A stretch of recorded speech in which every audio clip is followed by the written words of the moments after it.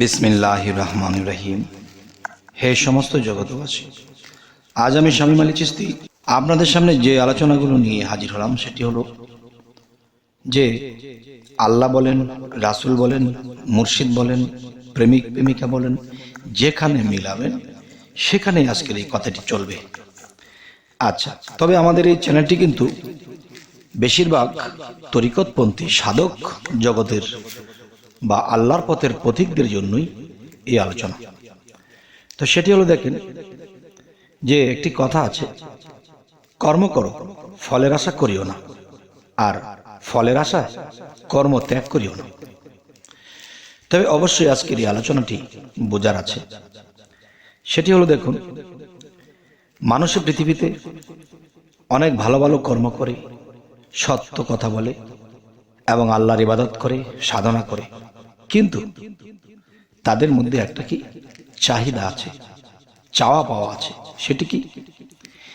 যে আমি আল্লাহর ইবাদত করতেছি, আল্লাহ আমাকে এই জিনিসটা দেবে।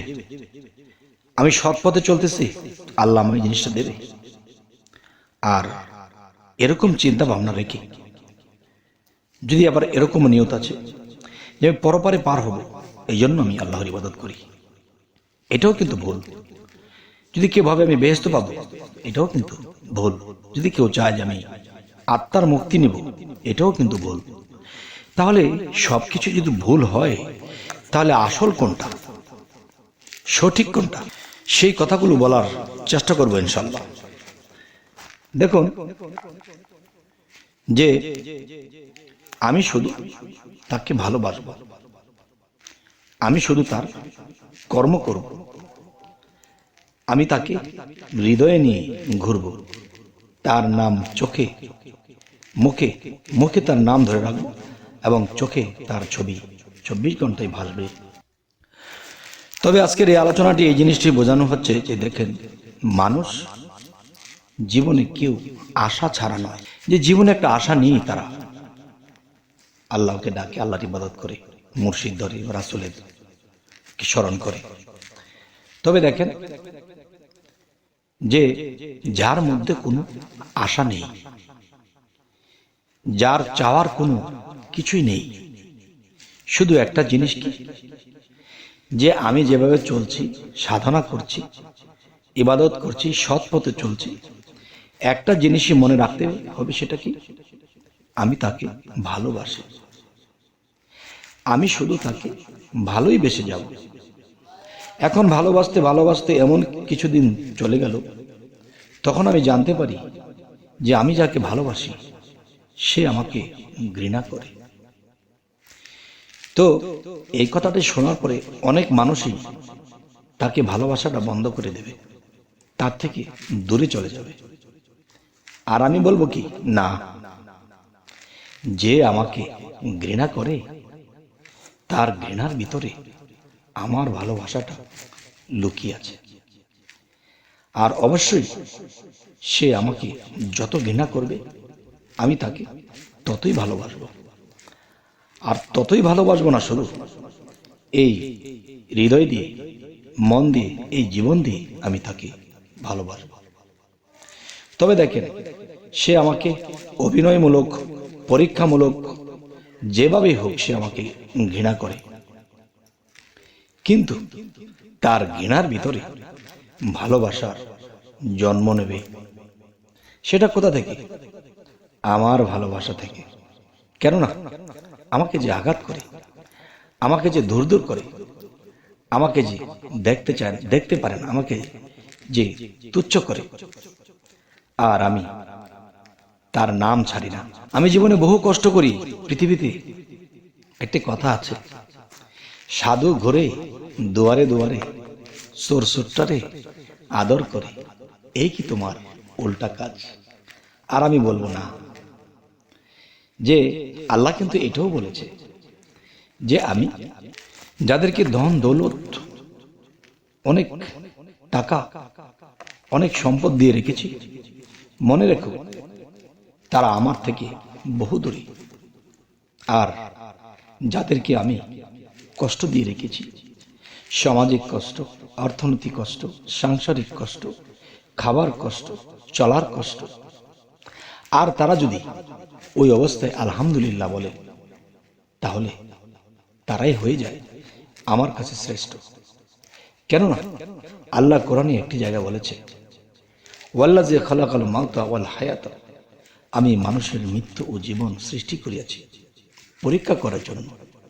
তোমাদের মধ্যে কে কর্মে উত্তম, তিনিই পরাক্রমশালী হবে এবং তিনিই ক্ষমাশীল। তবে হে সমস্ত জগতবাসী, আজকের যে আলোচনাটি আপনাদের সামনে করতেছি সেটি কি?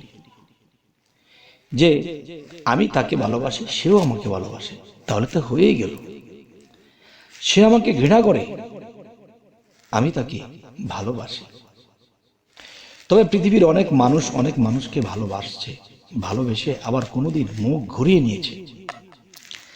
আবার কেউ কাউকে ভালোবেসেই গেল, কিন্তু সে তাকে কখনো পাত্তা দিল না, তাকে গুরুত্ব দিল না।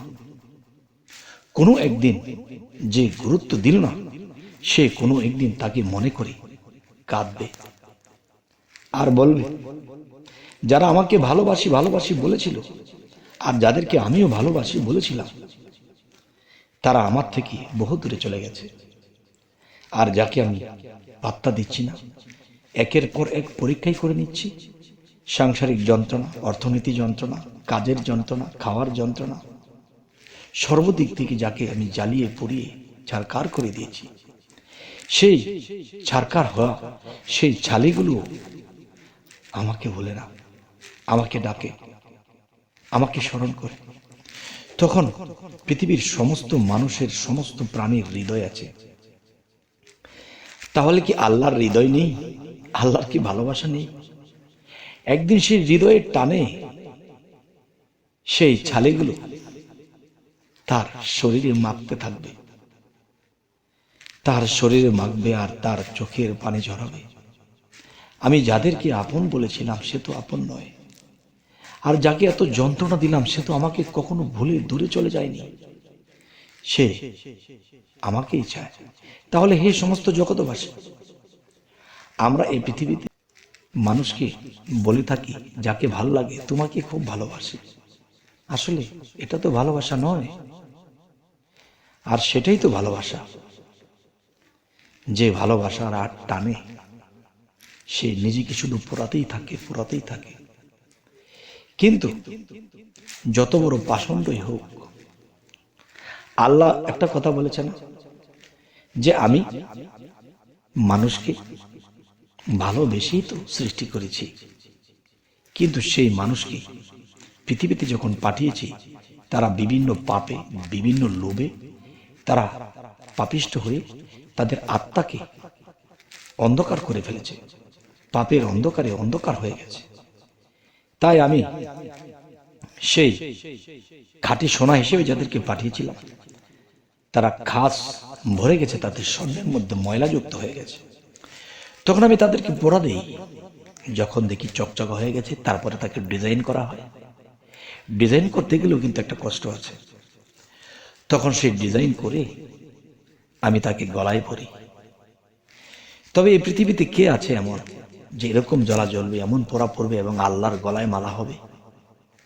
তাহলে জীবনের সমস্ত জ্বালা যে সইছে, সেই তো আল্লাহর গলার মালা হবে। তবে হে সমস্ত জগৎবাসী, জানি না আজকের এই আলোচনা আপনাদের কেমন লাগলো।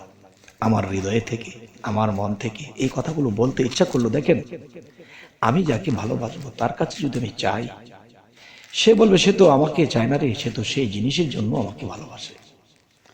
তাহলে বোঝা গেল কি আমাদের কিছুই চাওয়ার নেই। যে একটি কথা আছে সাধকের মতে, কবিদের মতে, যে তোমার কি দরকার জানা আছে তার, ধৈর্য ধরে থাকো পেয়ে যাবে, তিনি তোমাকে এসে জিজ্ঞাসা করবে কি লাগবে তোমার। তবে হে সমস্ত জগৎবাসী, আজকের এই আলোচনাগুলো এই জন্যই করলাম যে আল্লাহর মুক্তির জন্য নয়, আল্লাহর পথে গিয়ে আল্লাহতে মিশে যাবে, মুক্ত হয়ে যাব না। আমার কোনো কিছুই তার কাছে চাওয়ার নেই, তাকে ভালোবাসি, তারকে ভালোবেসে আমল করি, সাধনা করি। এখন সে যা করে তাই। এখন আমি যদি তাকে ভালোবাসি, দুনিয়ার কোনো সাধারণ মানুষকে ভালোবাসলে সে কিন্তু দূর থেকে ভালোবাসে, সে বলতে পারে না, জানতে পারে না, কিন্তু আল্লাহ কিন্তু সব দেখে, সব জানে। তাকে ভালোবাসলে সে একদিন অবশ্যই সাড়া দেবে।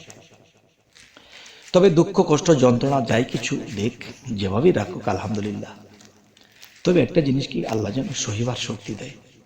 তো অবশ্যই আমরা আল্লাহ পর্যন্ত পৌঁছে যাব এবং সেই স্বর্ণকে সে পরাতে থাকুক, ডিজাইন করতে থাকুক, এবং সময় যখন হবে তখন সে গলার মালা হিসেবে বা গলার হার হিসাবে তিনি পরে নেবেন। তবে আমাদের চ্যানেলটি যদি আপনাদের ভালো লাগে তো অবশ্যই সাবস্ক্রাইব করে নেবেন। যদি ফেসবুক হয় অবশ্যই ফলো করে নেবেন, পরবর্তীতে যেন ভালো আলোচনা এনে দিতে পারি। তো সকলে ভালো থাকবেন। আল্লাহ হাফিজ।